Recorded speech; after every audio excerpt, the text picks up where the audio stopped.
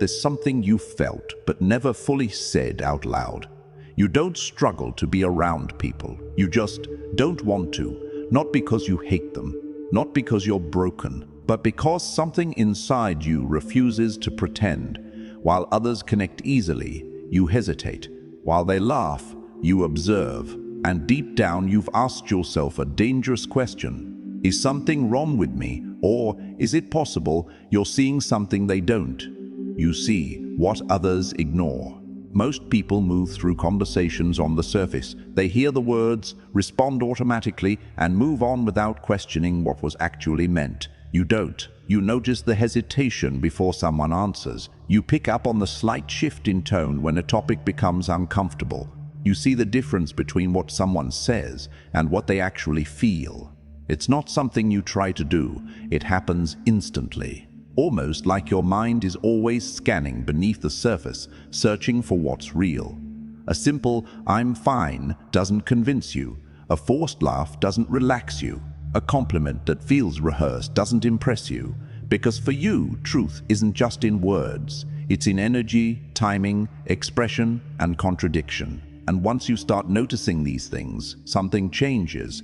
Conversations begin to feel different, predictable, repetitive. You start seeing patterns in how people behave, how they adjust themselves depending on who they're talking to, how they present different versions of themselves in different situations.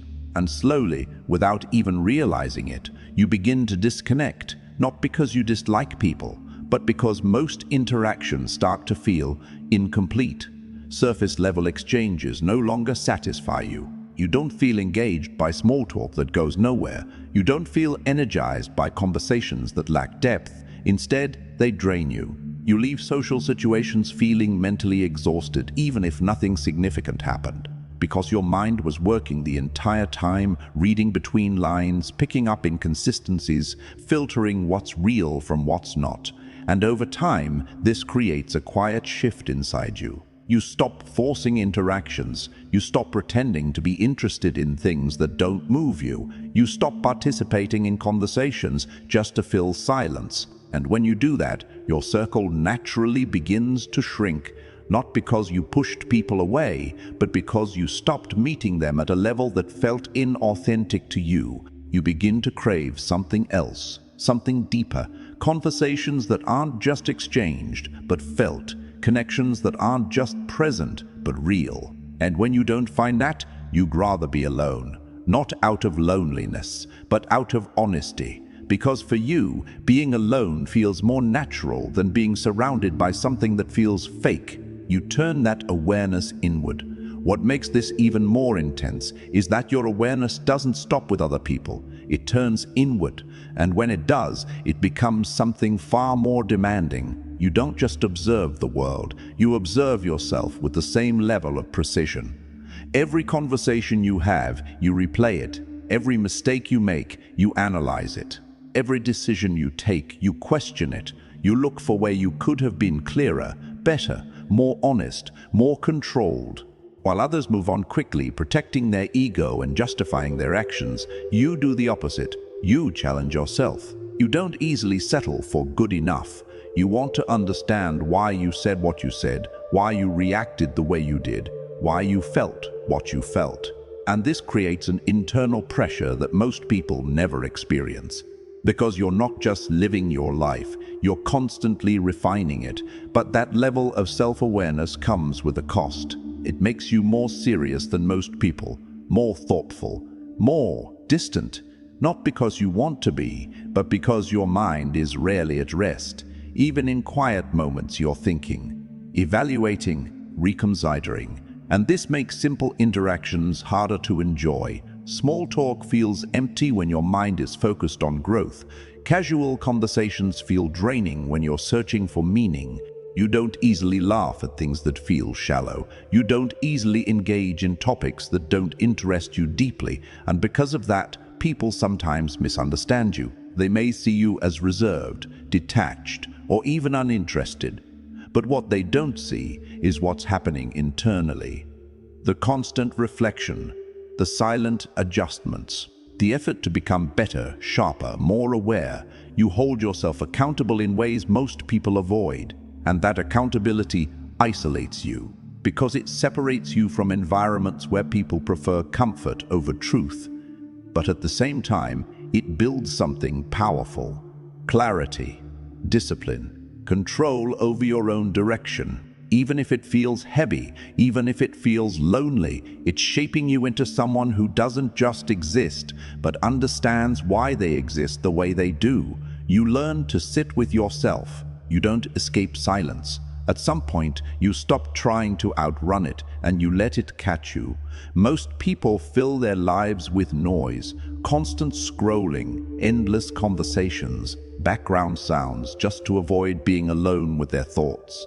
But you've already been there. You've sat in the quiet when there was nothing to distract you, no one to talk to, no notifications pulling your attention, no external validation reminding you that you matter, just stillness.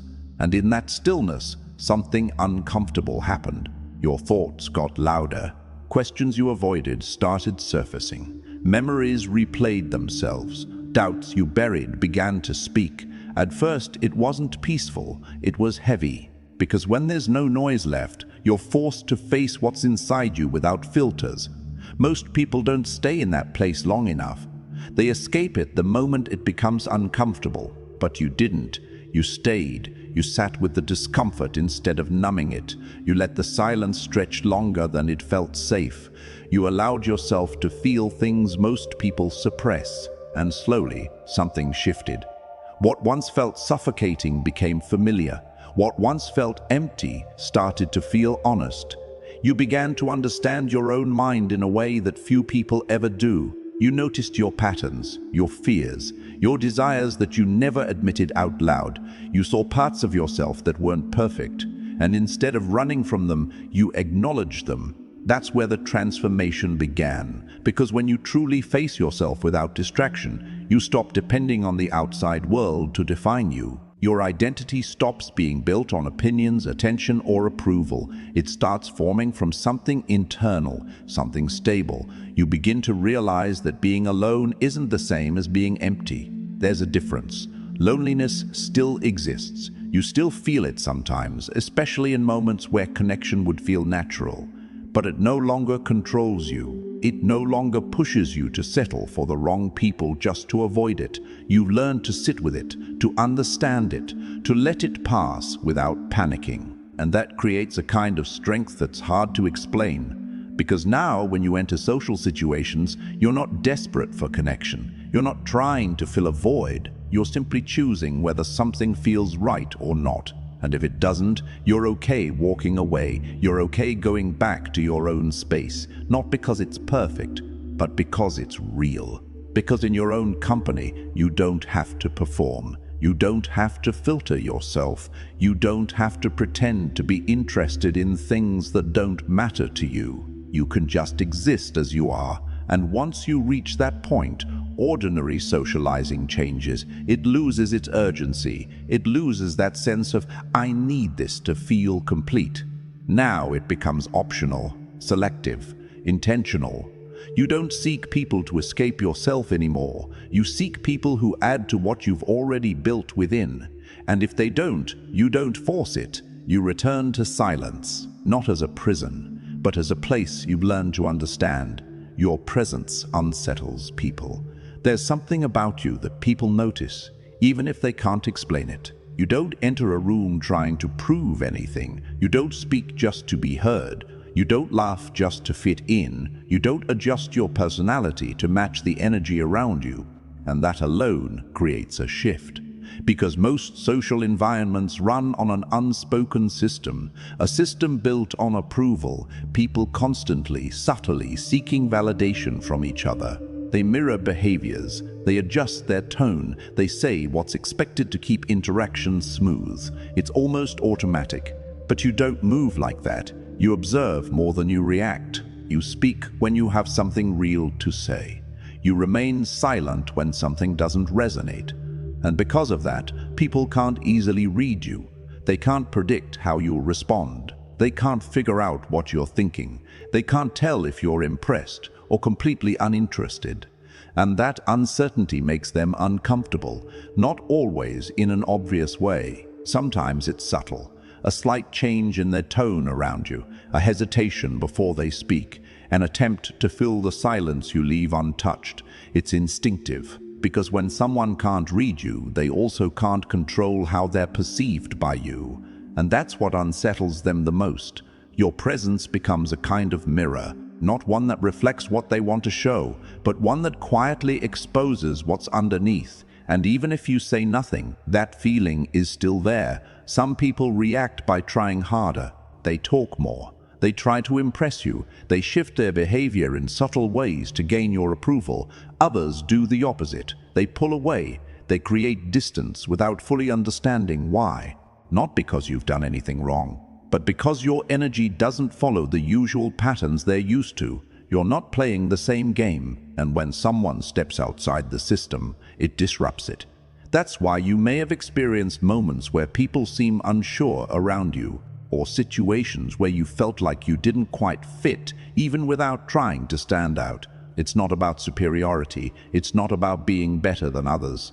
It's about being different in a way that's hard to categorize. You don't rely on external validation to define your behavior, and that independence removes a layer of predictability that most interactions depend on.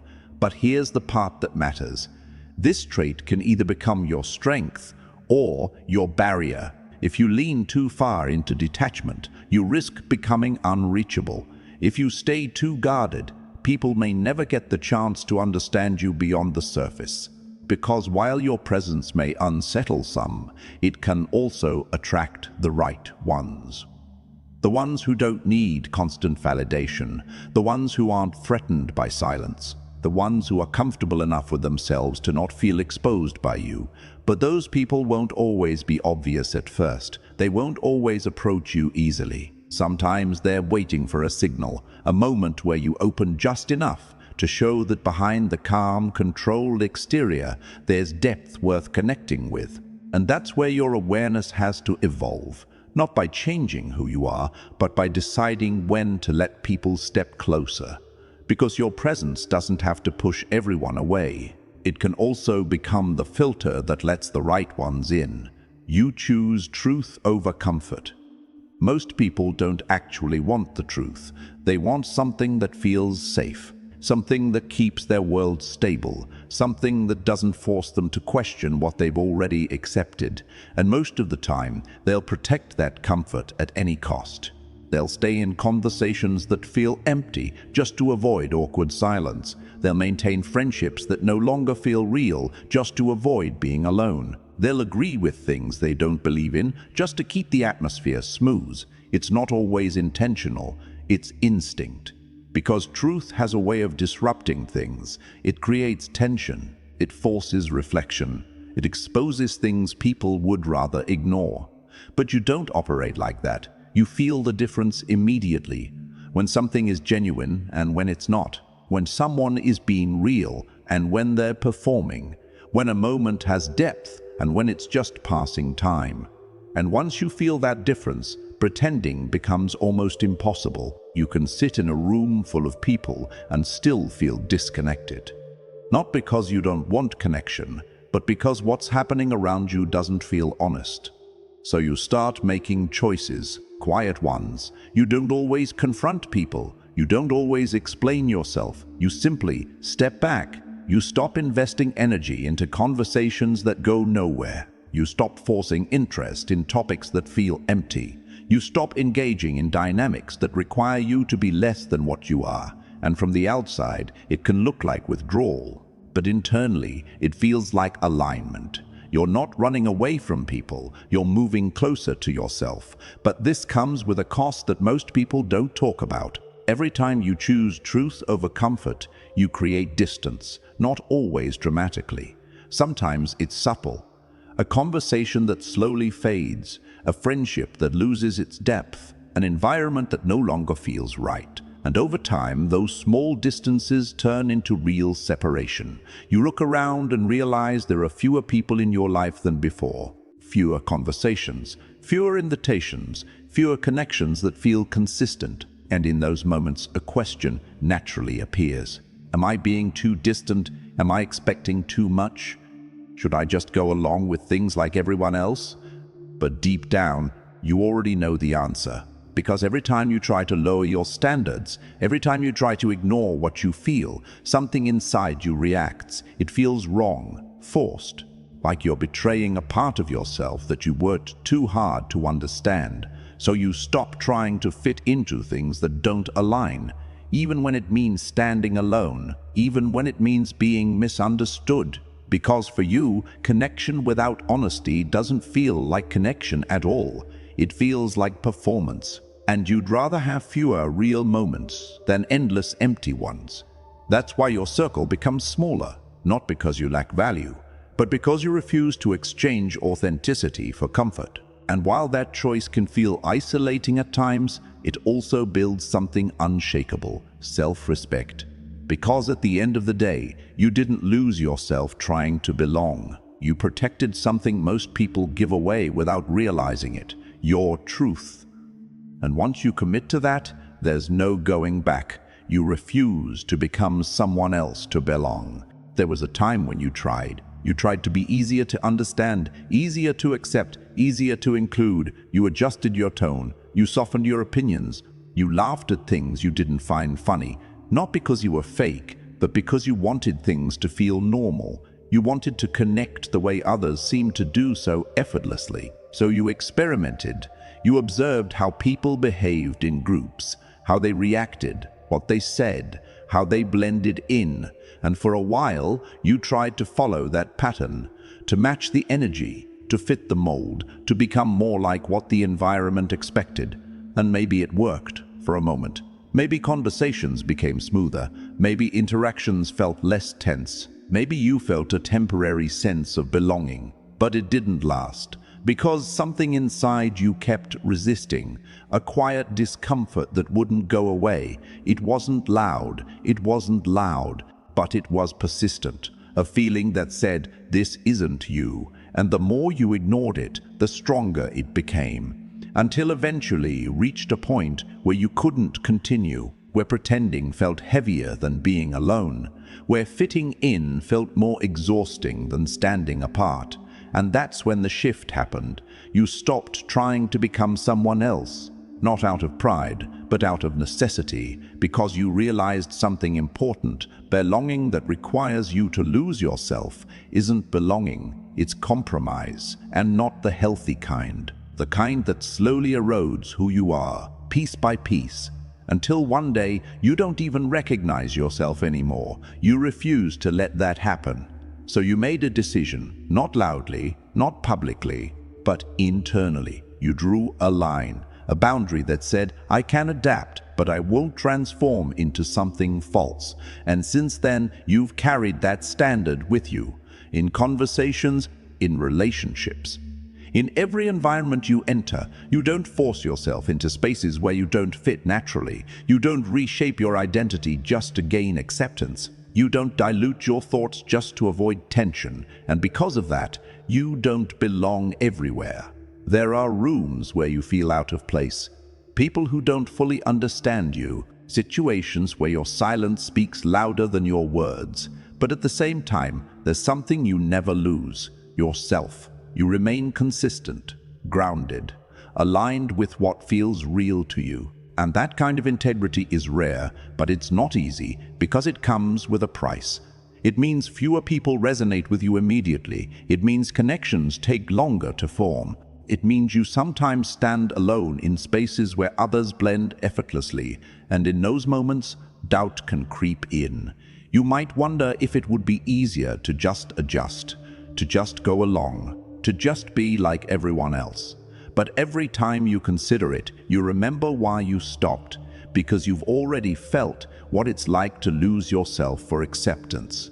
And you know it's not worth it, so you stay as you are, not rigid, not closed off, but real, willing to connect, but not at the cost of your identity. And over time, that decision shapes your life in ways you don't immediately see. It filters people, it filters environments, it filters opportunities. until eventually what remains around you isn't forced. It isn't built on pretense, it's built on alignment. And that's something most people spend their entire lives searching for, without ever realizing they lost it the moment they chose to be someone else. You are outgrowing your old world. This is the part most people never reach. You're changing, not on the surface, but in how you think. You question things others accept. You see patterns others miss. You feel disconnected, not because you're lost, but because you've moved forward. And now you exist in a space between who you used to be and who you're becoming. That space feels empty, but it's not. It's transition. But there's a trap.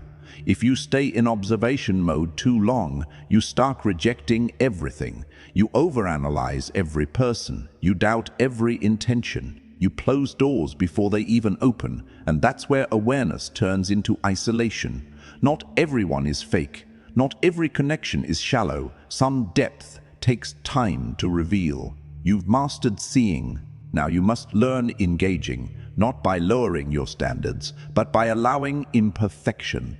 Real strength isn't just standing alone, it's choosing connection without losing yourself. Balance is power. You were never meant to have a large circle, you were meant to have a real one. And those people, they don't come when you chase them.